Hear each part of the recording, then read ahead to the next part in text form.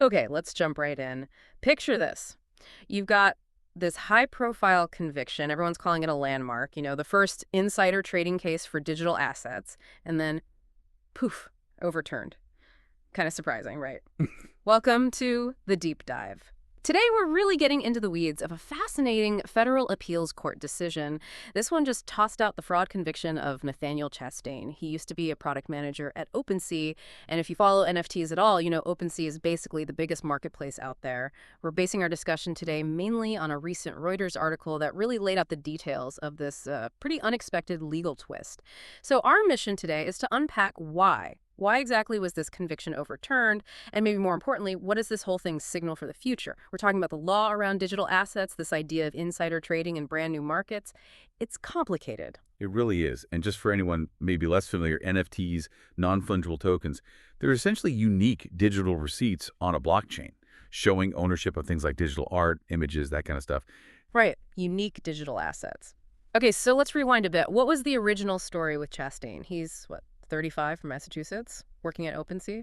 Yeah, and the core accusation was, well, pretty straightforward on the surface. Prosecutors basically said he knew which NFTs were going to get featured on OpenSea's homepage. That's prime real estate, digitally speaking.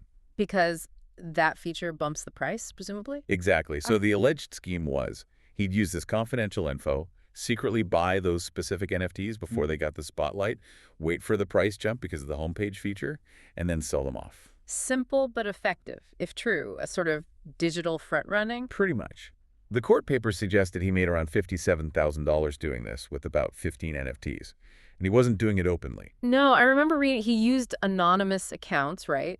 And then funneled the crypto back to his main account. That was the allegation, yes. Using anonymous digital wallets and then transferring the proceeds.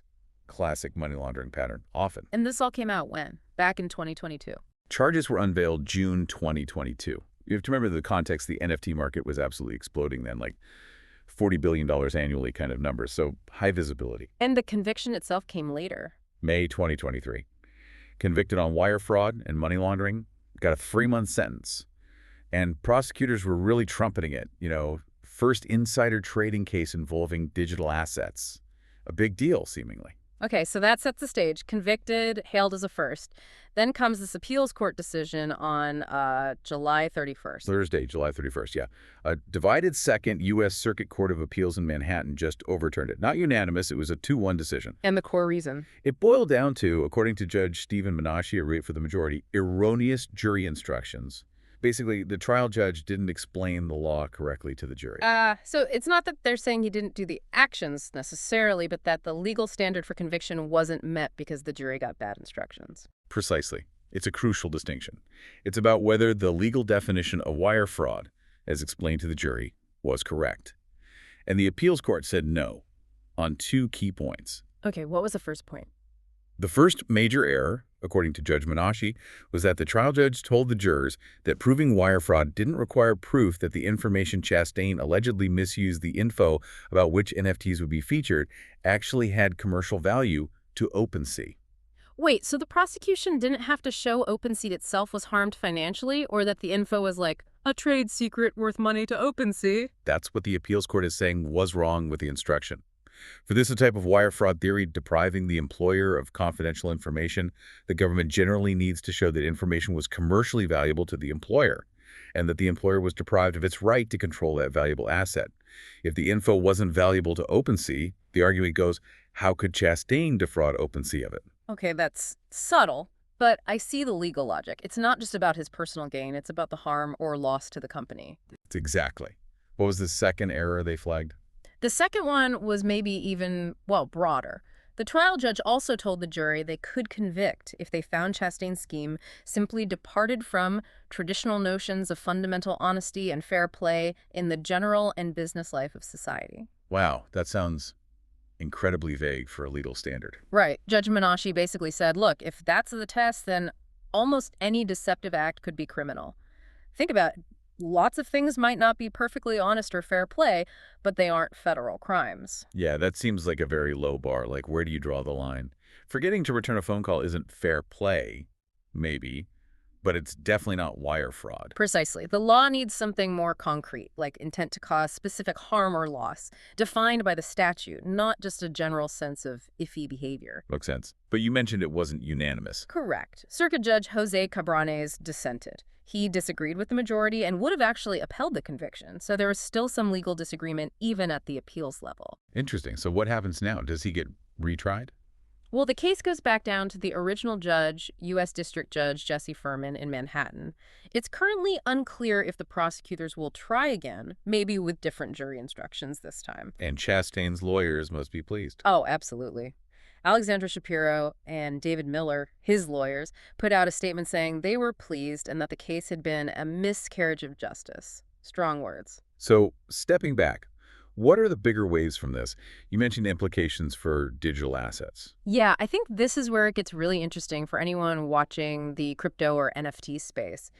This ruling really throws a spotlight on how difficult it is to apply old laws like wire fraud to these brand new digital contexts. It seems like it forces prosecutors to be much more specific, doesn't it? They can't just say this looks like insider trading. Hmm. They have to prove the specific elements of wire fraud under existing interpretations, including that commercially valuable information element. Exactly, it raises the bar. How do you define value when the asset is information about which NFT gets featured? How do you prove direct harm to a platform like Opensea, especially if they weren't planning to trade those NFTs themselves? When does something that feels unethical cross into actual criminal conduct under current law?